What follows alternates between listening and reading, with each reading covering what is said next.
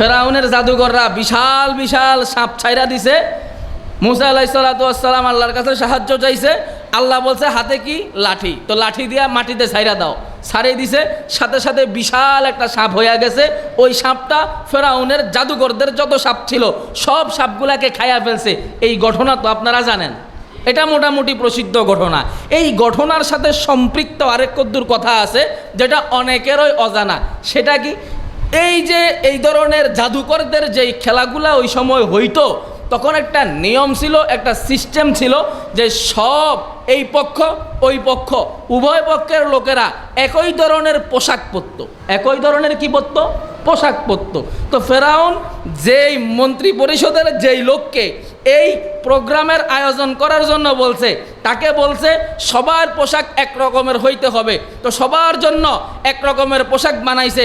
বানানোর পরে মুসা আলাইহিস সালাতু ওয়াস সালামের কাছে গেছে, যায়া বলছে খেলার নিয়ম অনুযায়ী, খেলার সিস্টেম অনুযায়ী অন্য 70 জন জাদুকর যেই রকম জামা পরে আপনাকেও একই রকমের পোশাক পরেই মাঠে আসতে হবে। মুসা আলাইহিস সালাতু ওয়াস সালাম বলছেন না। কি বলছে? না, আমি তাদের মতো পরবো না, আমার গায়ে যে পোশাক আছে আমি ওই পোশাকই থাকবো, তাদের দরকার হলে তারা পরিবর্তন করো। গরম মানুষ তো মুসা আলাইহিস সালাম। তো এবারে মন্ত্রী চিন্তা করছে, না দরকার নাই, মুসারে লড়ানো যাইব না, আমার লড়াইতে হইলে জাদুঘর করে লড়াইতে হইব। জায়গা জাদুঘর করে বলছে এই অবস্থা, বাদশাহ তো কইছে একই পোশাক হইতে হবে, এখন মুসারে তো লড়ানো যায় না, এক কাজ করো, তার যে রকম পোশাক আছে তোমরা সবাই ওই একই রকম পোশাক পরো।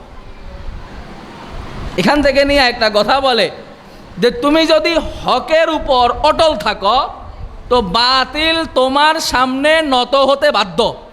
আর যদি তুমি বাতিলের সাথে আপোষ কইরা চলতে থাকো তো তুমি হকের উপর থাকতে পারবা না, বিচ্ছুত হয়ে যাবা। কিন্তু যদি অটল থাকতে পারো বাতিল তোমার সামনে নত হইতে কি বাধ্য। এ ঘটনা তার প্রমাণ। মুসা আলাইহিস সালাম নত হয় নাই, সব জাদুঘররা মুসা আলাইহিস সালামের মতো পোশাক পরা মাঠে আসছে। এরপরে ঘটনা কি করছে, ওই মুসা আলাইহিস সালামের হাতের লাঠি যখন এই সবগুলা সাপকে খাইয়া ফেলছে, এটা দেখার পরে 70টা জাদুঘর সবগুলা মুসা আলাইহিস সালামের উপর কালিমা ঈমান আইনা, আল্লাহর উপর ঈমান আনছে, মুসা আলাইহিস সালামের প্রতি ঈমান আইনা তারা সবাই তৎকালীন মুসা আলাইহিস সালামের ধর্ম গ্রহণ করছে। এখন মুসা আলাইহিস সালামের মনের মধ্যে প্রশ্ন জাগলো, আল্লাহ আমারে দাওয়াত নিয়ে পাঠাইছে ফেরাউনের কাছে, আমি গেলাম দাওয়াত নিয়ে ফেরাউনের কাছে, ফেরাউন আমার দাওয়াত গ্রহণ করলো না, তার জাদুঘররা আমার দাওয়াত গ্রহণ করে ফেললো, ঘটনা কি? আল্লাহরে জিজ্ঞাসা করছে হযরত মুসা আলাইহিস সালাম যে আমি আলহামদুলিল্লাহি ওয়া কাফা ওয়া সালামুন আলা ইবাদিহিল্লাযিনা ইসতাফা আম্মা বা'দ ফাআউযু বিল্লাহি মিনাশ শাইতানির রাজীম বিসমিল্লাহির রহমানির রহিম ওয়াল ফাজর ওয়া লায়ালিন আশর। আল্লাহ রব্বুল আলমিনের দরবারে লাখো কোটি শুকর। রব্বুল আলমিন আমাদিগকে একটি সুন্নতি আয়োজন মৌসুমি মাহফিলে আসার বসার দিনী আলোচনা করার শোনা তৌফিক দান করেছেন। এজন্য আমরা সকলেই শুকরিয়া আদায় করে বলি আলহামদুলিল্লাহ। আমন্ত্রিত ওলামা হজরতরা আসছেন, বয়ান করছেন, আসবেন, আসতেছেন, বয়ান করবেন। বাকি কথা হইল মেজবানদের পক্ষ থেকে কেউ যদি না বসে অনেকের মন খারাপ হয়। মূলত সেই কারণেই এত এত অতিথির মাঝেও আমাদের বসা। যেই সময় আমাদের আয়োজন হচ্ছে বড় মুবারক সময় চলে যাইতেছে। জিলহজ মাসের প্রথম 10 তারিখ দিন 1 থেকে 10 হাদিসের মধ্যে আসছে এই 10 দিনের ইবাদত আল্লাহ রব্বুল আলামিনের কাছে এত বেশি প্রিয় যে অন্য কোনো সময়ে ইবাদত আল্লাহর কাছে এত প্রিয় নয়। তাহলে বুঝেন তো এটা সময়টা কম দামি না বেশি দামি? আল্লাহ রব্বুল আলামিন কোরআন শরীফের মধ্যে কিছু জিনিসের কসম খাইছে। সূরা ফজর, এই সূরার শুরুতে আছে ওয়াল ফজর, এরপরে হচ্ছে ওয়ালায়ালিন আশর, 10 রাতের কসম খাইছে আল্লাহ। ওয়ালায়ালিন আশর, এই 10 রাত বলতে কোন 10 রাত? মুফাসসিরিনে কেরাম লেখেন এই 10 রাত বলতে জিলহজ মাসের প্রথম 10 রাত উদ্দেশ্য। বলেন তো দেখি, তাহলে এই জিলহজ মাসের প্রথম সময়টা কম দামি না বেশি দামি? যেহেতু এই সময়টা বেশি দামি, এই সময়ের মধ্যে আমাদের কিছু ইবাদত বন্দেগী করার দরকার আছে না নাই? দেখেন, আমি জুমাতেও ধারাবাহিক আলোচনাগুলা করেছি, নতুন অনেক মুখ, এজন্য কোরবানির ইতিহাস নিয়ে তো আলহামদুলিল্লাহ আলোচনা হয়েছে, মাসাইল নিয়ে সামনে আলোচনা হবে। আমি এই জিলহজ মাস কেন্দ্রিক কয়েকটি কথা আপনাদের সামনে বলবো। ওয়া তাওফিক ইল্লা বিল্লাহ। জিলহজ মাস চলতেছে, বড় দামি সময়, বড় গুরুত্বপূর্ণ সময়। এই মাসের মধ্যে আমাদের যেহেতু গুরুত্বপূর্ণ সময়, সময়টাকে কাজে লাগানো দরকার। কিতাবের মধ্যে লেখছেন এই সময়ে 10টা কাজের কথা বলছে। এই 10টা কাজ করা, জিলহজ মাসের 10 দিন 10টা কাজ করব আমরা। কয়টা কাজ? 10টা কাজ। 1 নম্বর, এই সময়টাতে বেশি বেশি জিকির করা। বেশি বেশি কি করা? জিকির করা। কি জিকির করব সেটাও হাদিস শরীফের মধ্যে আসছে। আত-তাসবিহ, আত-তাহমিদ, আত-তাহলিল, আত-তাকবীর, হাদিসের মধ্যে এভাবে শব্দে শব্দ আসছে। তাসবিহ মানে সুবহানাল্লাহ পড়া, তাহলিল মানে লা ইলাহা ইল্লাল্লাহ পড়া, তাহমিদ মানে আলহামদুলিল্লাহ পড়া, তাকবীর মানে আল্লাহু আকবার পড়া। এই ভেঙ্গে ভেঙ্গে হাদিস শরীফের মধ্যে এই জিলহজ মাসের এই আমলগুলার কথা আসছে। কয়টা জিকিরের কথা বললাম? 4টা। সুবহানাল্লাহ, আলহামদুলিল্লাহ, লা ইলাহা ইল্লাল্লাহ, আল্লাহু আকবার। এই 4টা জিকির জিলহজ মাস বেশি বেশি করতে পারবো তো ইনশাআল্লাহ? 2 নম্বর, বেশি বেশি নেক কাজ, ভালো কাজ করা। বেশি বেশি নেক কাজ করা, ভালো কাজ করা। জিকিরটা খুশুসি, এজন্য আলাদা করে বললাম, আর এটা হলো মতলক। বেশি বেশি ভালো কাজ করা মানে ইবাদত বন্দেগী বেশি বেশি করা। নফলগুলা, ফরজ না। ফরজ যদ্দূর আছে দূর করলেই হবো। ফজর 2 রাকাত আছে, 2 রাকাত পড়লেই হবো, 4 রাকাত লাগবো না। জোহর 4 রাকাত, তো 4 রাকাত পড়লে হবো, বেশি পড়তে হবো না। ফরজ যা আছে তা। নফল একটু কি বেশি বেশি নফল ইবাদতগুলা করতে থাকা গেল 2। 3 নম্বর, গুনাহ থেকে বাঁচার চেষ্টা করা। গুনাহ থেকে বাঁচার চেষ্টা করা। ইন্নাল হাসানাত ইউবাদ্দিলুস সাইয়্যাত, ভালো কাজ খারাপ কাজকে কি করে দেয়? পরিবর্তন করে, মোচন করে দেয়। তো এই সময় ভালো কাজ করে আমরা, আবার এই সময়টাতে আমাদেরকে খারাপ কাজ থেকেও কি থাকতে হবে? বেঁচে থাকতে হবে। কয়টা গেল? 3। 4 নম্বর, এই জিলহজ মাসের চাঁদ ওঠার পর থেকে নিয়ে কোরবানির পশু জবাই করা পর্যন্ত যেই সময়টা আছে, এই সময়টার মধ্যে চুল, নখ ইত্যাদি না কাটা। চুল, নখ ইত্যাদি কি করা? না কাটা। কর্তন না করা। কর্তন না করা মানে চুল, নখ যা কাটার, এগুলা জিলহজ মাসের চাঁদ উদিত হওয়ার আগেই কেটে ফেলতে হবে। এরপরে আবার যদি আপনি কাটতে চান, কখন কাটতে পারবেন? কোরবানির পশু জবাই করার পরে আপনি এটাকে কি করতে হবে? নখ, চুল কাটতে হবে। এর আগে কাটার সুযোগ নাই। এ গেল 1 আমল। এই আমলটা মূলত সাহাবায়ে কেরাম রাদিয়াল্লাহু তাআলা আনহুম আজমাইন আল্লাহ রসুলকে জিজ্ঞেস করছেন, ইয়া রাসূলুল্লাহ, আমরা তো কোরবানি দেওয়ার মতো সামর্থ্য নাই, এই পরিমাণ ধন সম্পদ আমাদের নাই। কোন সাহাবা আমাদেরকে এমন কোন আমল বাতায়া দেন যে আমল যদি আমরা করি তবে কোরবানির মতো সওয়াব পাবো। তখন আল্লাহ রসুল সাল্লাল্লাহু আলাইহি সাল্লাম বলছেন যে তোমরা জিলহজ মাসের চাঁদ ওঠার পর থেকে নিয়ে কোরবানির পশু জবাই পর্যন্ত যেই সময়টা আছে, এই সময়ের মধ্যে চুল, নখ ইত্যাদি কাটিও না, কাটা থেকে বিরত থাকো। যদি বিরত থাকি, আমরা যারা কোরবানি দিতে পারি না তাদের কি হবে? কোরবানির যারা দেয় তারা যেরকম সওয়াব পায়, আমরাও এরকম সওয়াব পাবো। আর কোরবানি যারা দেয় তাদের ব্যাপারেও নির্দেশনা যে কাটা যাবে না। আসলে কেন কাটা যাবে না?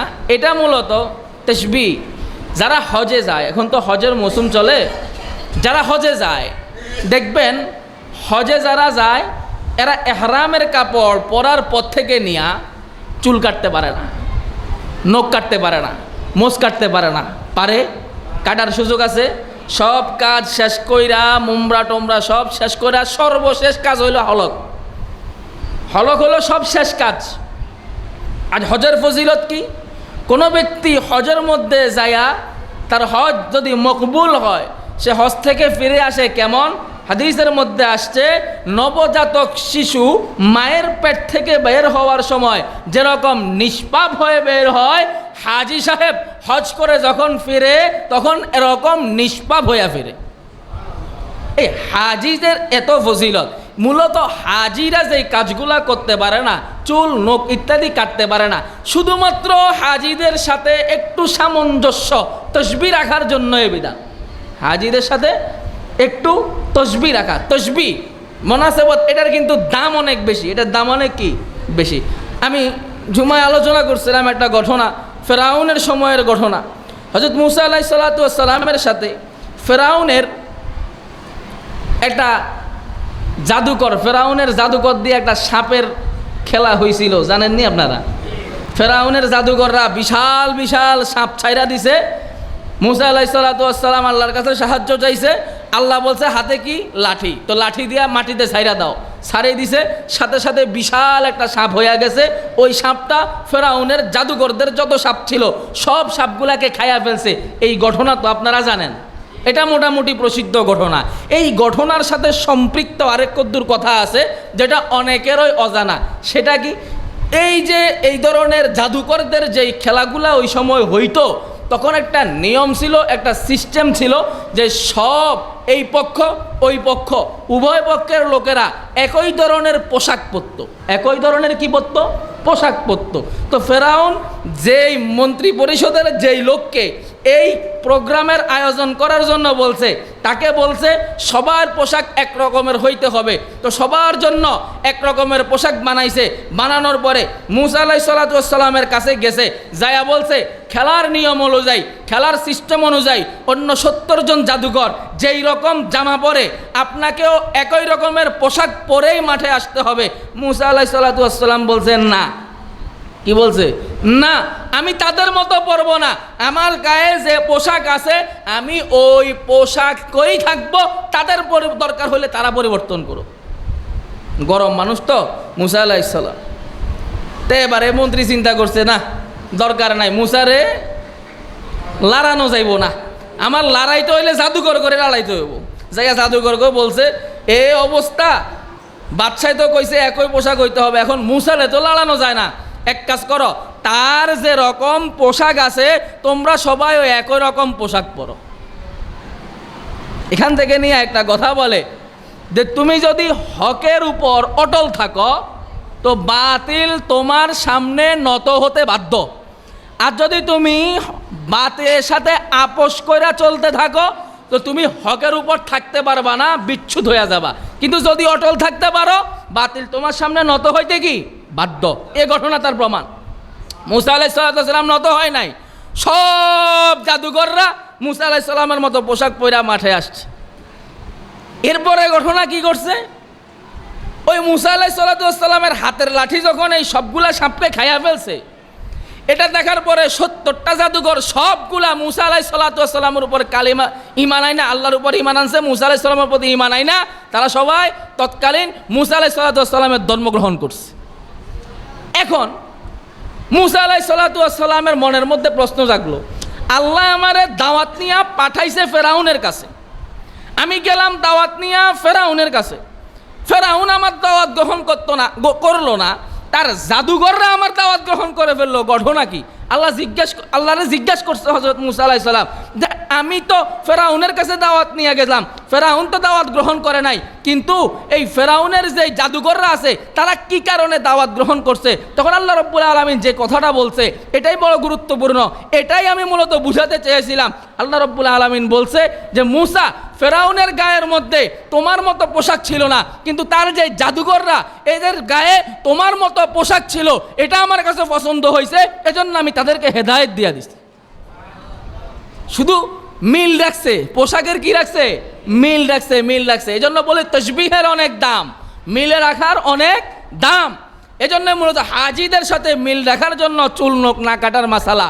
আরেকটা কিতাবের মধ্যে বর্ণনা বর্ণিত আছে, খাজা আজিজুল হাসান মজজুব রহমতুল্লাহ আলাইহি, যে ওনাকে ওনার কিছু শাগরেদরা জিজ্ঞেস করছিল, হুজুর কিয়ামতের ময়দানে আল্লাহ রাব্বুল আলামিন যদি আপনাকে জিজ্ঞেস করে এমন কোনো আমল আছে কিনা যে আমল দ্বারা আপনি বাঁচতে পারবেন, খাজা আজিজুল হাসান মজজুব রহমতুল্লাহ কি বলে, না আমার কাছে তো এমন কোনো আমল নাই যে আমল দ্বারা আমি আল্লাহর দরজা থেকে বাঁচতে পারবো। তবে একটা বিষয় আছে, আমার মুখের মধ্যে দাড়ি আছে, দাড়ি দাড়ি দাড়ি কি আছে, দাড়ি। এই দাড়ি নিয়ে আমি আল্লাহর দরবারে দাঁড়াবো, দাঁড়ায় কি বলবো, তেরে মাহবুবে কি ইয়া রব সবাখত লেকে আয়া হো, তেরে महबूब की या रब शबाहत लेके आया हो, हकीकत उसको तू कर दे मैं सूरत लेके आया हो, नाज़मत लेके आया हो न शौकत लेके आया हो, नाज़मत लेके आया हो न शौकत लेके आया हो, मोहब्बत लेके आया हो मोहब्बत लेके आया हो। খাজা আজিজুল হাসান মজজুব রহমতুল্লাহ আলাইহি কয়, আমি আল্লাহর দরবারে গিয়া বলবো, আল্লাহ কোনো আমল নিয়ে আসতে পারি নাই, কোনো কিছু নিয়ে আসতে পারি নাই, কিন্তু তোমার হাবিবের মোহাব্বত কইরা তিনাকে ভালোবাসা তিনার মতো সূরত নিয়ে আজকে আসছি। এই সূরতকে তুমি সিরত বানায়া বাস্তবে রূপ দিয়া এর উসিলে তুমি আমারে মাফ করে দাও। হ্যাঁ, সূরতের বড় দাম, সাদৃশ্য রাখার বড় দাম। এই হাজিদের সাথে সাদৃশ্য রেখায় আমলটা কইরা গুয়াকে আমরা আল্লাহর দরবারে এটা বলতেছি, আল্লাহ হজ তো করতে যাইতে পারতেছি না, হাজি তো হতে পারতেছি না, কিন্তু হাজিরা যে আমল করে চুল নখ কাটা থেকে বিরত রাখে, আমিও আজকে চুল নখ কাটতেছি না এই কাঁধ উঠার পর থেকে নিয়া লাভ কি, আল্লাহ হাজিদেরকে তুমি যেরকম মাফ কইরা মাসুম নিষ্পাপ কইরা বাড়িতে ফেরাও, তাদের সাথে মিল থাকার উসিলায় আমাকেও তুমি আমার জীবনের সব গুনাহ খাতা মাফ কইরা নিষ্পাপ করে দাও। এটাই হলো এই আমলের মূল কথা। এরপরে আসেন, এই সময়ের মধ্যে আছে জিলহজ মাসের প্রথম 10 দিনের আমল, বেশি বেশি তাকবীর বলা, বেশি বেশি কি বলা, তাকবীর বলা। আমরা তো শুধু ঈদের দিন তাকবীর বলি, আসলে এই তাকবীর শুধু ঈদের দিনের জন্য খাস না, জিলহজ মাসের চাঁদ উদিত হওয়ার পর থেকে নিয়ে বেশি বেশি এই তাকবীর পড়ার কথা আছে। আল্লাহু আকবার আল্লাহু আকবার লা ইলাহা ইল্লাল্লাহু ওয়াল্লাহু আকবার ওয়ালিল্লাহিল হামদ, আল্লাহু আকবার লা ইলাহা ইল্লাল্লাহু ওয়াল্লাহু আকবার ওয়ালিল্লাহিল হামদ। হযরতে সাহাবায়ে কেরাম রাদিয়াল্লাহু তাআলা আনহুম আজমাইনের ব্যাপারে আসছে যে যখন জিলহজ মাসের চাঁদ উঠতো তখন হযরতে সাহাবায়ে কেরাম রাদিয়াল্লাহু তাআলা আনহুম আজমাইন বাজারে চলে যেতেন। কই যাইতেন? বিনা কামে, কোনো দরকার নাই, এরপরও কই চলে যাইতেন? বাজারে। অথচ আমরা জানি আহাব্বুল বিলাদি ইলাল্লাহি মাসাজিদুহা ওয়া আবগাদুল বিলাদি ইলাল্লাহি আসওয়াকুহা, আল্লাহর কাছে সবচাইতে প্রিয় জায়গা হলো মসজিদ, আর আল্লাহর কাছে সবচাইতে খারাপ জায়গা হলো বাজার। কারণ বাজারের মধ্যে সব ধরনের গুনাহ হয়। আপনি বাজারে গেলে আপনি গুনাহ করতে চান না, তারপরেও আপনার গুনাহ হয়ে যায়। আপনি একটা দোকানের পাশ দিয়ে হাঁটতেছেন, আপনি গান শুনতে চান না, দোকানের ভিতরে গান চলে, অটোমেটিক আপনার কানে এটা চলে আসছে, হয় কি হয় না?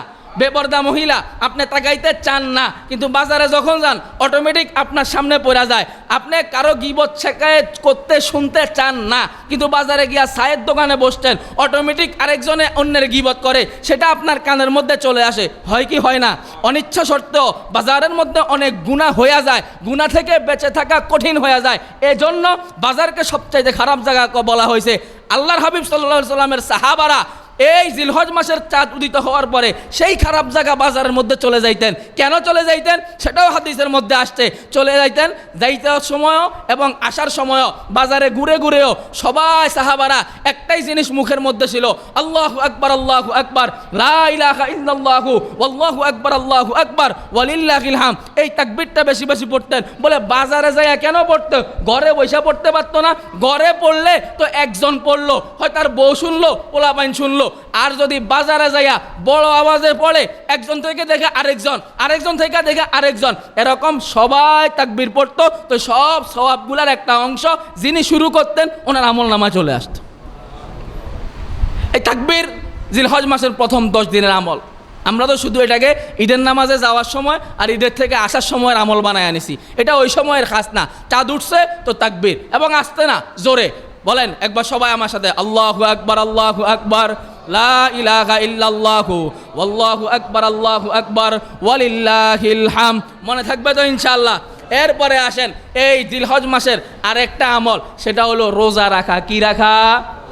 রোজা রাখা। রোজা রাখা জিলহজ মাসের প্রথম 9 দিনের আমল এটা। প্রথম 9 দিন এক এক বছরের এক এক রোজার ব্যাপারে বলা হয়েছে 1 বছর রোজা রাখার সমপরিমাণ সওয়াব পাওয়া যায়। হ্যাঁ, এরপরে বিশেষভাবে আমার সময় যেহেতু কম, আমি স্কিপ করে করে চলে যাইতেছি, শুধু টাচ দিয়া বিস্তারিত আলাপের সুযোগ নাই। আর জিলহজ মাসের আরেকটা এই 9 দিনের মধ্যে খুশুসিভাবে একটা রোজা, সেটা হইল ইয়াউমে আরাফা তথা 9 তারিখের রোজা। কয় তারিখের রোজা? 9 তারিখের রোজা। সিয়ামি ইয়াউমে আরাফা, এটার ব্যাপারে বলা হয়েছে আল্লাহ রব্বুল আলামিন যেই বন্দা এই তারিখে 9 তারিখে রোজা রাখবে, তার আগের 1 বছর পরের 1 বছরের সমস্ত গুনাহ আল্লাহ মাফ করে দিবেন। দেখেন, নামাজ পড়লেও গুনাহ মাফ হয়, রোজা রাখলেও গুনাহ মাফ হয়, যত নেক কাজ করবেন সব নেক কাজের মাধ্যমে গুনাহ মাফ হয়। কোন গুনাহ মাফ হয়? অতীতের গুনাহ মাফ হয়। একমাত্র একটা ইবাদত দেখাতে পারবেন, একমাত্র এই আরাফার মাসের রোজা, আরাফার দিনের রোজার ব্যাপারে বলা হয়েছে এটা শুধু আগের গুনাহ মাফ করে না, আরাফার রোজা আগের 1 বছরের গুনাহ মাফ করে, পরের 1 বছরের গুনাহ মাফ করে। এরকম ভবিষ্যৎ গুনাহ মাফের ঘোষণা অন্য কোনো ইবাদত সম্পর্কে আসে নাই। শুধুমাত্র 9 তারিখের রোজা, জিলহজ মাসের আরাফার রোজা, এটার ব্যাপারেই এই ঘোষণা আসছে। সবাই জিলহজ মাসের 9 তারিখের রোজা রাখতে পারবেন তো ইনশাআল্লাহ? এবার কথা হইল কোন 9 তারিখ? সৌদি আরব যেদিন আরাফা না আমগো দেশে যেদিন আরাফা? প্রশ্ন অনেকে ধূম্রজাল সৃষ্টি করে কি করে না? মূলত তাহাকিকি মাসালা তো হইল আমাদের ঈদের আগের দিন যেটা, ওই দিনে আমাদের জন্য আরাফা। যদিও আপনি একদিন আগে ওখানে দেখতেছেন আরাফা হইতেছে, আসলে একদিন আগে হইতেছে বিষয়টা এমন না। দিন ওইটাই, হয়তো গুইরা এই পর্যন্ত আসতে সময় বেশি লাগি যাইতেছে আর কি। দিন ওই একটাই আছে, এটা নিয়ে ধূম্রজাল সৃষ্টি করার কিছু নাই। এরপরেও যদি আপনার একেবারেই আপনার মনের মধ্যে বইতেছে না, আহা ওইখানে দেখতেছি মানুষ আরাফার ময়দানে, আমি বুঝি রোজা কালকে রাখবো, এরম যদি ওয়াসওয়াসার রুগী কেউ হন, তা আগেই তো বললাম যে পুরা 9 দিন রোজা রাখারও ফজিলত আছে। আপনি আগের দিনও রাখেন, পরের দিনও রাখেন, অসুবিধা কোথায়? কোনো অসুবিধা আছে? দুটোটা রাখেন, অসুবিধা নাই তো। গেল এটা। তারপরে আমল হজ করা। এই মাসের আমল কি? হজ করা। হজ করা অনেকের আত্মীয় স্বজন গেছে না হজের মধ্যে, হজ করার জন্য সফরে গেছে না? আমাদের অনেক আত্মীয় স্বজনও গেছে, ডাক্তার সাহেবের বড় ছেলেও গেছে, আরও অনেক আত্মীয় স্বজন গেছে, এলাকারও হয়তো অনেকেই গেছে। তো হাজি সাহেবরা হজ করতে গেছেন, এটা জিলহজ মাসের আমল। আমরা যারা যাই নাই, আমাদের কাজ কি? আমাদের কাজ হইল আল্লাহর কাছে বেশি বেশি দোয়া করা, আল্লাহ যাতে আমাকে হজ করার তৌফিক দেয়। কি বলেন? বলে টাকা নাই, কেমনে করবো? 7 লাখ টাকা লাগে, 8 লাখ টাকা লাগে, কেমনে করবো? প্রশ্ন আসেনি? ও ভাই, মনে রাখেন, হজ এমন একটা ইবাদত, কোটি কোটি টাকা থাকলে হজ করা যায় না। আবার বহু এমন আছে কিচ্ছু নাই, নিঃস্ব, তার হজ হয়ে গেছে। হয় কি হয় না? জি, হয় কি হয় না? কোটিপতি, কোটি কোটি টাকা আছে, আজ পর্যন্ত হজে যাওয়ার তৌফিক হয় নাই। আরেকজনের ঘরে ওই যে নুন আনতে পান্তা পুরায় কথা আছে না, ঘরে একবেলা খাইলে আরেক বেলা কি খাবে এটার কোনো ঠিক নাই, কিন্তু আল্লাহ তারে ওই জায়গা থেকে ঘুরে আনছে।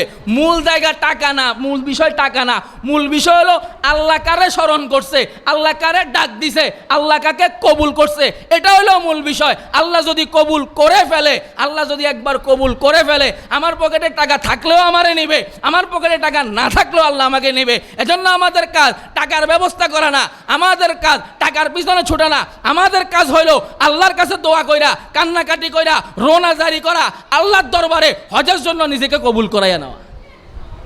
এটা আমাদের কাজ। কেমনে করাবে সেটা আল্লাহ বুঝবে, সেটা কে বুঝবে?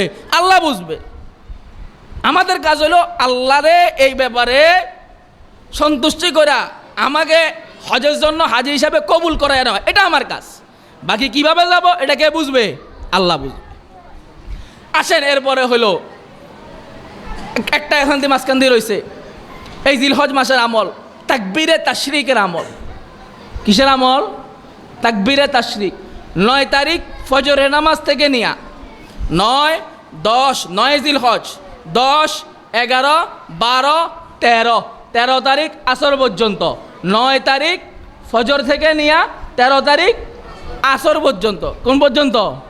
আসর আসর আসর পর্যন্ত যে নামাজগুলা ফরজ নামাজগুলো আমরা পড়ি না, এই প্রত্যেক ফরজ নামাজের পরে একবার পুরুষ হলে উচ্চ স্বরে, মহিলা হলে নিম্ন স্বরে ফরজ নামাজের পরে একটা জিনিস পড়তে হয়, তাকবীরে তাশরিক, আল্লাহু আকবার আল্লাহু আকবার, লা ইলাহা ইল্লাল্লাহু আল্লাহু আকবার ওয়ালিল্লাহিল হাম। এই তাকবীরটা একবার কয়বার? কয়বার? একবার। জোরে না আস্তে? পুরুষ হইলে জোরে, মহিলা হইলে আস্তে। কয় তারিখ থেকে? 9 তারিখ থেকে, মানে ঈদের একদিন আগ থেকে। ঈদ হইলো কয় তারিখ? 10 তারিখ। আমাদের এই আমল শুরু হবে কবে থেকে? 9 তারিখ থেকে। তাহলে এবার ঈদ হলো বৃহস্পতিবার, আমাদের এই আমল শুরু হবে কবে থেকে? বুধবার থেকে। কি আমল? প্রত্যেক ফরজ নামাজের পরে, প্রত্যেক ফরজ নামাজের পরে আল্লাহু আকবার লা ইলাহা ইল্লাল্লাহু আল্লাহু আকবার ওয়ালিল্লাহিল হাম। এই যে এই তাকবীরে তাশরিকটা নামাজের পরে একবার পড়তে হবে। পারবেন তো ইনশাআল্লাহ? এখন এখানে দুইটা মাসালা বলি। ফরজ নামাজ শেষ করছেন মসজিদে না, বাড়িতে পড়লেন। কোথায়? বাড়িতে। মসজিদে হইলে তো একজনের মনে না থাকলে আরেকজন বললে অটোমেটিক পুরা মসজিদে সবাই বলে। ইমামের মনে থাকলে মুয়াজ্জিনের থাকে, মুয়াজ্জিনের মনে না থাকলে মুসল্লির থাকে, মুক্তাদির থাকে, একজনের না একজনের থাকে। এখন আপনি পড়লেন বাড়িতে। কোথায় পড়ছেন? বাড়িতে। ভুলে গেছেন, তাকবীরটা পড়েন নাই। এখন কি করবেন? স্মরণ হয়েছে আপনি 20 মিনিট পরে, এখন কি তাকবীর পড়ে নেবেন না অন্য কোনো কাহিনী আছে? মাসালা হলো এই বিধানটা ওয়াজিব বিধান এবং এটা নামাজের পরপরই পড়তে হয়। আপনি নামাজ পড়ে মসজিদ থেকে বাইরে হয়ে গিয়ে তাকবীর এটা বললে হবে না। বলে এখন আমি কি করব? যেহেতু একটা ওয়াজিব তরক হয়ে গেছেন আপনি, এটা যে আপনি একটা ওয়াজিব তরক করছেন, এজন্য আল্লাহর দরবারে ইস্তিগফার করেন, তওবা ইস্তিগফার করেন, বাকি এটা পরে পড়ার সুযোগ নাই। এগুলো 1 নম্বর মাসালা। 2 নম্বর মাসালা, এই তাকবীরে তাশরিকের যেই সময়, এই সময়ের কোনো একটা নামাজ আপনার কাজা হয়ে গেছে। কি হয়ে গেছে? কাজা হয়ে গেছে। ফজরের নামাজ পড়তে পারেন নাই আপনি, জোহরের নামাজের আগ দিয়ে আপনি ফজরের নামাজ পড়বেন। এখন এই তাকবীরে তাশরিকের কি বিধান? কাজা নামাজের জন্য তাকবীরে তাশরিকের কি বিধান? মাসালা হলো এই 5 দিনের কোনো কাজা নামাজের যদি এই 5 দিনের ভিতরেই আপনি আদায় করেন, এই সময়ের মধ্যেই যদি আদায় করেন, তো ওই কাজা নামাজের পরেও তাকবীরে তাশরিক দিতে হবে। আর যদি এই 5 দিনের ভিতরে আপনি আদায় না করেন, আপনি এই কাজা নামাজ যদি এই 5 দিনের পরে আদায় করেন, 14-15 তারিখের দিকে আদায় করেন, তাহলে আর তাকবীরে তাশরিক বলার কোনো সুযোগ নাই, কারণ তাকবীরে তাশরিক এই 5 দিনের জন্য। এবার আরেকটা মাসালা, গত বছর আইয়ামে তাশরিকের সময় আপনার নামাজ কাজা হয়েছিল, গত বছর 1 বছর আগে। এখন আপনি 1 বছর পরে আইসা এই সময়ের মধ্যে ওই টাইমের যেই নামাজ কাজা আছে ওইটা আপনি আদায় করবেন। এবার জিজ্ঞেস করে হুজুর, ওইটা তো আইয়ামে তাশরিকের সময়ের নামাজ আদায় করতেছি 1 বছর পর আইয়ামে তাশরিকের মধ্যে, তো এখন কি তাকবীরে তাশরিক নামাজের পরে দেওয়া যাবে? না, দেওয়ার সুযোগ নাই, কারণ এটা ওই সময়ে ওই 5 দিনের ভিতরে যদি আপনি আদায় করতেন তাহলে দিতে পারতেন, 1 বছর পরে দেওয়ার সুযোগ নাই। তাইলে এই 9টা আমল গেল। বললাম জিলহজ মাসের কয় কাজ? 10 কাজ। জিলহজ মাসের কাজ কয়টা? 10টা। গেল কয়টা? 9টা। আর বাকি রয়েছে কয়টা? একটা। সেটা কি? সেটা কি? সেটা হলো কোরবানি। সেটা হলো কি? কোরবানি। কোরবানির ইতিহাস সেই সারা দিন থেকে নিয়ে আলোচনা হয়েছে না? আসরের আগেও হয়েছে, আসরের পরেও হয়েছে, মাগরিবের পরেও হয়েছে। এজন্য আমি ইতিহাসের দিকে যাই না, শুধু একটা তৎবিক দিয়া যাই।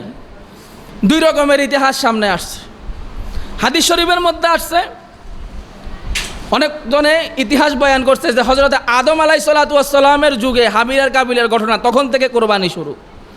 আবার সাহাবায়ে কেরাম আল্লাহ রসুলকে জিজ্ঞেস করছেন, মা হাযিহিল আদাহি ইয়া রাসূলুল্লাহ, কোরবানি এটা কি? আল্লাহ রসুল বলছে, সুন্নাতে আবিকুম ইব্রাহিম, তোমাদের পিতা ইব্রাহিমের সুন্নাত। তো কথা 2 রকম হয়ে গেল না? এতক্ষণ আমরা ইতিহাস শূন্য আসছি কোন জায়গায়? আদম হাওয়ার সেই যুগে হাবিল কাবিলের ঘটনা। আবার মুফতি ইউনূস সাহেব একটু আগে হুজুর দোনোটা ঘটনাই বলছে। ইব্রাহিম আলাইহিস সালাতু ওয়াস সালাম, ইসমাঈল আলাইহিস সালাতু ওয়াস সালামকে জবাই করার যে ঘটনা, আসলে কোনটা? কারণ যে কোনো একটাই তো সঠিক হবে, দুইটা তো না, না দুইটাই এখানে সঠিক। ঘটনা হলো আদম আলাইহিসসালামের যুগে যেই কোরবানি ছিল এখানে তো আর এরকম গরু জবাইয়ের সিস্টেম ছিল না। ওখানে আপনি যেই জিনিস কোরবানি করবেন এটা উঁচু কোনো এক জায়গার মধ্যে রাইখা আসবেন, আপনার কোরবানি যদি কবুল হয় তো এটা আসমান থেকে একটা আগুন আইসা এটারে পোড়াইয়া নিয়ে যাবে। ওই হিসাবকে কেন্দ্র কইরা বলা কোরবানির সূচনা আদম আলাইহিসসালাম থেকে। আর আমরা যেই পদ্ধতিতে পশু জবাই করি আবার এটা খাই, এই পদ্ধতির যেই কোরবানি এটা শুরু ইব্রাহিম আলাইহিসসালামের যুগ থেকে। তাহলে আর কোনো প্রশ্ন থাকেনি। যে প্রশ্ন উত্থাপিত হয় কোনটা তাইলে আদম আলাইহিসসালামের যুগ থেকে না ইব্রাহিমের যুগ থেকে? এবং যদি এই সমাধানটা নেন আর অসুবিধা আছে। আমরা যেই পদ্ধতি করি এটা ইব্রাহিম আলাইহিসসালামের যুগ থেকে, এর আগেও কোরবানি ছিল, পদ্ধতি ছিল একটু কি ভিন্ন। যাই হোক, তা আমরা কোরবানি করব। কারা কোরবানি করব? 6 জিনিস, 6টা গুণ যাদের মধ্যে আছে ওই 6 গুণ বিশিষ্ট মানুষ কোরবানি করবে, তাদের উপর কোরবানি ওয়াজিব। বিস্তারিত তো আমার ওস্তাদ জামিয়া রশিদিয়ার প্রধান মুফতি এবং নাজমা তালিমাত হযরত মাওলানা মুফতি মোল্লা মাহমুদ সাহেব বলবেন, আমি শুধু একটু টাচ দিয়া যাই। 6 সিফত যার মধ্যে পাওয়া যাবে তার উপর কোরবানি ওয়াজিব। 1 নম্বর সিফত মুসলিম হওয়া। কি হওয়া? মুসলমান হওয়া। অমুসলিমের উপর কোরবানি ওয়াজিব না, গেল 1। 2 নম্বর আকেল হওয়া। কি হওয়া? আকেল, সুস্থ মস্তিষ্ক সম্পন্ন হওয়া। সুস্থ মস্তিষ্ক সম্পন্ন মানে পাগল না হওয়া। এক কথা কি? পাগল না হওয়া। পাগলের উপর কোরবানি ওয়াজিব না। এখন এখানে একটা কথা আছে, কিছু পাগল আছে কতক্ষণ ভালো থাকে কতক্ষণ পাগল থাকে, কতক্ষণ ভালো থাকে কতক্ষণ পাগল থাকে, আছে না? এদের বিধান কি? এদের বিধান হলো যদি এই জিলহজ মাসের 10, 11, 12 এই 3 দিনের মধ্যে যদি কিছু সময় পাগল থাকে কিছু সময় ভালো থাকে তাহলে তার উপরও কোরবানি ওয়াজিব হইয়া যাবে। এই গেল। 3 নম্বর হুর হইতে হবে, আজাদ। আজাদ গোলামবাদীর উপরে কোরবানি ওয়াজিব না। 4 নম্বর বালেগ হইতে হবে, প্রাপ্তবয়স্ক, অপ্রাপ্তবয়স্ক, ছোট ভোলাফাইন যত টাকায় থাকুক না কেন তার উপর কোরবানি ওয়াজিব না। 5 নম্বর মুকিম হইতে হবে, মুসাফির যারা সফর অবস্থায় আছে জিলহজ মাসের এই 3 দিন সফরে তাদের উপর কোরবানি ওয়াজিব না, মুকিম হইতে হবে। এ গেল 5টা। 6 নম্বর ধনী হইতে হবে। ধনী কাকে বলে এটা বললে আমি আমার কথা শেষ করব। আমাদের বন্ধুবর হযরত মাওলানা মুফতি আশেক আলী সাহেব চলে আসতেন, উনি বয়ান করবেন। আমি এই কথাটা বলে শেষ করি। ধনী কাকে বলে? শরীয়তের দৃষ্টিতে ধনী বলা হয় কোনো মানুষের কাছে প্রয়োজনের অতিরিক্ত যেই সম্পদ, এই সম্পদের পরিমাণ যদি 7.5 ভরি স্বর্ণ অথবা 52.5 তোলা রূপা, এই দুইটার মধ্যে কোনটার সাথে আপনি হিসাব করবেন, ক্যালকুলেশন করবেন, যেটার দাম কম ওইটার সাথে মিলাবেন, যেটার দাম বেশি ওইটার সাথে না। কারণ ইমাম আজম আবু হানিফা রহমতুল্লাহ আলাইহি বলছেন দুইটার মধ্যে কোনটার সাথে মিলাবেন? মা হুয়া আনফাউল লিল ফুকারা ওয়াল মাসাকিন, ফকির মিসকিনদের জন্য যেটার সাথে মিলায় হিসাব করলে তাদের লাভ বেশি হবে, তাদের সুবিধা বেশি হবে, তা ওইটার সাথে হিসাব করবেন। তা আমাদের হিসাব করতে হবে স্বর্ণের সাথে না, আমাদের হিসাব করতে হবে রূপার সাথে। আমাদের প্রয়োজনের অতিরিক্ত যত সম্পদ আছে সেটা স্থাবর সম্পত্তি না, জায়গা জমি না, বরং এই জাকাত আমরা দিই না, স্বর্ণ রূপা নগদ টাকা ব্যবসার মাল এগুলোর উপর জাকাত দিই। এগুলোর সাথে আরেকটা জিনিস অ্যাড হবে, প্রয়োজনের অতিরিক্ত জিনিসপত্র। প্রয়োজনের অতিরিক্ত জিনিসপত্র মানে আপনি পাঞ্জাবি পরেন তো আপনার 3টা পাঞ্জাবি হলো প্রয়োজন, এর বাহিরে যেগুলো আছে এগুলো হলো আপনার প্রয়োজনের অতিরিক্ত। আপনি শার্ট পরবেন তো 3টা, আচ্ছা 5টা ধরলাম, এটা হলো প্রয়োজন, এর বাহিরে যা পরেন এটা হলো অতিরিক্ত। অতিরিক্তগুলা এগুলা সবগুলা কোরবানির নেশাবের মধ্যে হিসাব হবে। আপনি মহিলা শাড়ি পরেন তো 3টা শাড়ি আপনার জন্য প্রয়োজন, 3টার বেশি যা আছে এগুলা সব কিছু নেশাবের মধ্যে অন্তর্ভুক্ত হবে। প্রয়োজনের অতিরিক্ত যত সম্পদ আছে এই সব সম্পদ মিলাইয়া যদি 52.5 তোলা রূপার পরিমাণ সম্পদ কারো কাছে থাকে তার মধ্যে তার উপরে কোরবানি করা ওয়াজিব। এখন 52.5 তোলা রূপা মুখস্থ কইয়া দিলে তো হইব না, আমাদের যেটা চলে টাকা হিসাবে কত টাকা? মধ্যম মানের রূপার হিসাব অনুযায়ী বর্তমানে 52.5 তোলা রূপার দাম 1,78,500 টাকা। কত টাকা? 1,78,500 টাকা। তাহলে এবার বলেন, যদি কোনো ব্যক্তির কাছে নিজের প্রয়োজনের অতিরিক্ত যেই সম্পদ আছে, এই সম্পদের পরিমাণ যদি 1,78,500 টাকা অথবা তার চাইতে বেশি হয়ে যায়, এবং এটা কোন সময় জাকাতের মধ্যে 1 বছর পুরা থাকতে হয়, কোরবানির মধ্যে 1 বছর পুরা এত টাকা সম্পদের মালিক আপনি হইতে হবে না, বরং জিলহজ মাসের 10 তারিখ, 11 তারিখ, 12 তারিখ এই 3 দিনের যে কোনো কতক্ষণ সময় যদি আপনি এই 1,78,500 টাকার মালিক হন, তাহলে আপনার উপর কোরবানি করা ওয়াজিব। কোরবানি করা কি ওয়াজিব? এবার বুঝেন তো দেখি, আমাদের সমাজে কত মানুষের উপর কোরবানি ওয়াজিব আর আমরা দিই কতজনে? দেখা যায় এক ফ্যামিলির মধ্যে 5 জন, 7 জন, 8 জন, 10 জন, সবার উপর কোরবানি ওয়াজিব হয়ে রয়েছে, আর দেয় এক নাম, এক শরিক। অহরহর হয় এক শরিক, পুরো ফ্যামিলির পক্ষ থেকে দিয়া কোরবান হয় না, কোরবান নির্দিষ্ট একজন ব্যক্তির পক্ষ থেকে হইতে হয়। আমরা তো এই টোলের এক নাম, ওই টোলের এক নাম, ওই টোলের এক নাম, এভাবে হিসাব করি। টোল হিসাব করে হবে না, ব্যক্তি কার পক্ষ থেকে দিতেছেন এটা স্পষ্ট হইতে হবে। লম্বা মাসালা, শরিকের মাসালা আছে, কোরবানি জবাইয়ের মাসালা আছে, গোস্ত বন্টনের মাসালা আছে, চামড়ার মাসালা আছে, পশু কোন ক্যাটাগরির হবে এটার মাসালা আছে। ইনশাআল্লাহ যদি শেষ পর্যন্ত আপনারা থাকেন, আমি আশাবাদী যে সবগুলা মাসালা এমনভাবে আপনাদের সামনে মুফতি মাহমুদ সাহেব উপস্থাপনা করবেন। হুজুর 9টায় বসবেন, এখন 8:30 বাজে, প্রায় 5-7 মিনিট পরে হবে। উনি যখন বসবেন আলোচনাগুলো এমনভাবে করবে, যদি আপনারা কেউ মনোযোগ দিয়ে শুনেন, দ্বিতীয়বার আশা করি আর ভুলবেন না। এজন্য আমাদের এখন মুফতি আশেক আলাই সাহেব বয়ান করবেন, ওনার পরে মুফতি মাহমুদ সাহেব বয়ান করবেন, সেটা শুইনা দোয়া কইরা তারপরে নামাজ পড়া তারপরে এখান থেকে বিদায় নিব। পারবো তো ইনশাআল্লাহ? না মাঝখান দিয়ে চলে যাবেন? মাঝখান দিয়ে যাবেন না? না, একটা মাসালা শুধু বলি, সেটা হলো আমাদের সমাজের যেটা খুব বেশি দেখা যায়, কোরবানের দিন যারা গোস্ত কুটে, গোস্ত তো আমাফা 2.5 মণ 3 মণ গরুর মধ্যে, টেহা দিতে গাত লাগে, গোস্ত দিতে এখন গাত লাগে না। তো আমরা করি কি, গোস্ত গাড়ি নারে 2-3 কেজি গোস্ত দিফার করে দিই, হবে না। আপনি যারা গোস্ত কুটবেন তাদেরকে পারিশ্রমিক যেটা সেটা আলাদা দিতে হবে। গোস্ত দিলে দিবেন, না দিলে না, এটা পরে। কিন্তু সে যে সারাদিন আপনার কাছে খাটছে, অন্য কাজ করলে তারা যেই পরিমাণ টাকা দিতেন আগে চুক্তি করে নেবেন, ওই পরিমাণ টাকা দিবেন, এরপরে চাইলে আপনি গোস্ত দিতে পারেন, অসুবিধা নাই। কিন্তু টাকা না দিয়া গোস্ত দিয়া বাঁচা যাওয়ার সুযোগ নাই। শেষ কথা, সামলা তো খাওয়া যায়, যদি কেউ পারেন খাইয়া নিয়েন, অসুবিধা নাই। সামলা যদি কেউ পারেন খাইয়া নিয়েন, অসুবিধা নাই। তবে যদি খাইতে না পারেন তাহলে আপনি কি করতে হবে, বিক্রি করতে পারবেন না। চামড়া বিক্রি জায়েজ নাই। কি বলছি? চামড়া বিক্রি জায়েজ নাই। কোরবানির পশুর গোস্ত বিক্রি জায়েজ নাই, চামড়াও বিক্রি জায়েজ নাই। গোস্ত যদি বিক্রি করেন তাহলে আপনাকে কি করতে হবে, গোস্ত যেই পরিমাণ টাকা বিক্রি করছেন এটা সদকা করে দিতে হবে। একই মাসালা চামড়ার ক্ষেত্রে, চামড়া বিক্রি জায়েজ নাই।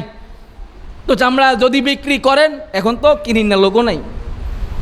এক সময় মাদ্রাসাওয়ালারা চামড়া আনতে ফাটাফাটি বাজি যেত, ব্যাপারী এদিক থেকে আহে, ওদিক থেকে আহে, ওদিক থেকে আহে, কি এক অবস্থা। তখন আমরা চামড়া বিক্রি করে দিতাম। চামড়া যার কোরবানির পশু সে চামড়া বিক্রি করতে পারে না।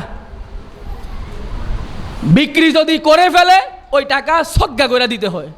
তো এখন কি আপনি বিক্রি কইরা পরে সদকা করবেন? বিক্রি করা এক গুণা, কিন্তু গোস্ত বিক্রি করা যেরকম গুণা, চামড়া বিক্রি করা এরকম গুণা। করি ফেললে মাসালা হইলো টাকা দান করে দেওয়া। আমাদের তো দরকার নাই ভুল একটা করি ফেলার, দরকার আছে। এখন চামড়া বিক্রি করবো না, কি করব, নিকটস্থ যে কোনো মাদ্রাসার ব্যাপারে বিশ্বস্ততা যদি থাকে তারা এই টাকাটা গোড়া বা ফান্ডেই ব্যবহার করবে, এরকম নিশ্চয়তা যে এই সমস্ত প্রতিষ্ঠানের ব্যাপারে আছে ওই সমস্ত প্রতিষ্ঠানওয়ালাদেরকে দিয়ে দিবেন। পারবেন তো ইনশাআল্লাহ? এক সময় আসিল, আমরা ছোটোবেলা দেখছি 2200 টাকা এই চামড়ার দাম, এখন তো 400-500 টাকা বিক্রি করাও মুশকিল হয়ে যায়। তো এবার আমাদের সিলেটের কিছু ওলামায়ে কেরাম সিলেট এলাকার আবার হজরত ভালো চিনবে, কারণ সিলেটের ফেমাস বক্তা, ডেলি মাহফিল করে সিলেটে 3টা। ওই সিলেটে কওমি মাদ্রাসার কিছু ওলামায়ে কেরাম একসাথে হইয়া বলছে আমরা চামড়া কালেকশন করব না। ইয়া আল্লাহ, সরকারের বাণিজ্য মন্ত্রী পর্যন্ত বেহুশ হয়ে গেছে। ওলামায়ে কেরামের কাছে অনুরোধ করছে আপনারা সিদ্ধান্ত পুনর্বিবেচনা করুন। হ্যাঁ, আমরা পুনর্বিবেচনা করে এবছর কালেকশন করতেছি। যদি এরপরেও প্যাঁচ ঠিক না করেন, চামড়া শিল্পকে সিন্ডিকেট থেকে রক্ষা না করেন, ভবিষ্যতে হয়তো আমাদেরকেও ওই সিলেটওয়ালাদের মতো সিদ্ধান্ত নিতে হবে। কিন্তু যতদিন সেই সিদ্ধান্ত আমরা নিই না, আপনাদের কাছে আহ্বান থাকবে আপনাদের যে চামড়া, এটা আপনারা নিকটস্থ প্রতিষ্ঠান, বিশ্বস্ত প্রতিষ্ঠান, যেটার ব্যাপারে আপনার ইয়াকিন থাকে যে এরা টাকাগুলা গোড়া বা ফান্ডে সুন্দরভাবে খরচ করবে, চামড়া সেখানে দিবেন। পারবেন তো ইনশাআল্লাহ? যে কথাবার্তাগুলো হয়েছে আমাকে এবং আমাদের সবাইকে আল্লাহ রাব্বুল আলামিন এই কথাগুলোর উপর আমল করার তৌফিক দান করুক। ওয়া আখিরু দাওয়ানা আনিল হামদুলিল্লাহি রাব্বিল আলামিন। এখন আমাদের সম্মুখে চৌমুহনী জামে আশরাফিয়া মাদ্রাসার মুহাদ্দিস হযরত মাওলানা মুফতি